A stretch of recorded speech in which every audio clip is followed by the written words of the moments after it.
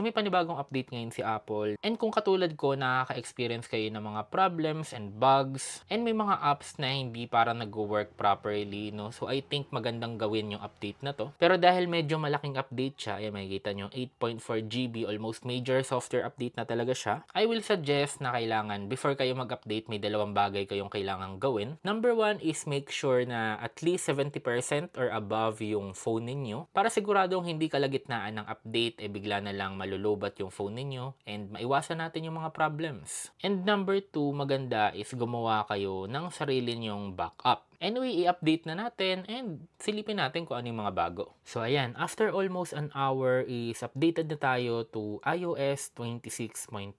And unang napansin ko yung mga title sa settings is nandito na siya sa upper left, no? Unlike before na nandito sa gitna. For example, itong Bluetooth, nasa gitna siya dati din. Ngayon, nandito na siya sa may left side. Pero ako, isa sa inaantay ko talagang bagong settings is yung liquid display niya. Pwede na nating baguhin. So, dito sa display and brightness, meron na ditong option for liquid glass. So, currently is nakalagay siya sa clear. So, medyo hati yung community dito kasi madaming may ayaw, madaming may gusto. Especially sa notifications, no? Ito yung medyo parang nahihirapan yung iba na mabasa yung notifications nila. Ngayon may option na for tinted. So, ibig sabihin yung notifications ninyo, ayan, makikita nyo. Mas nababasa na, mas kita na. Kumbaga parang frosted na siya compared to clear. Another thing na nagbago dito sa update na to is yung swipe left para mapunta sa camera. For example, ganito. So, ayan, automatic nagpupunta na sa camera yung ating phone. Pero ngayon, pag pumunta tayo dito sa settings, then punta tayo ng camera, scroll down natin pababa, may option na ngayon to turn off yung lock screen swipe to open camera.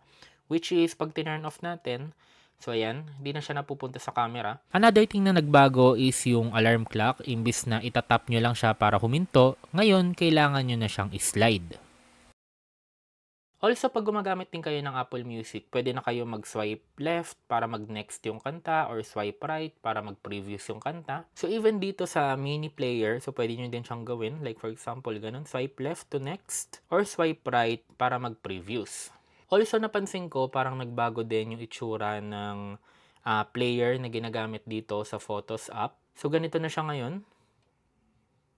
So, ito nakita ko, security improvement. So, ang maganda dito, under privacy and security settings. So, may option dito for background security improvement. So, ibig sabihin, automatically na mag-i-install yung security patches without updating the software. So for me, maganda is naka-turn on to para laging updated yung security ng phone niyo sa mga cyber attacks. Isa pang napansin ko dito is yung ating control center, no? So makikita nyo pag binababa ko, parang mas tumatalbog siya.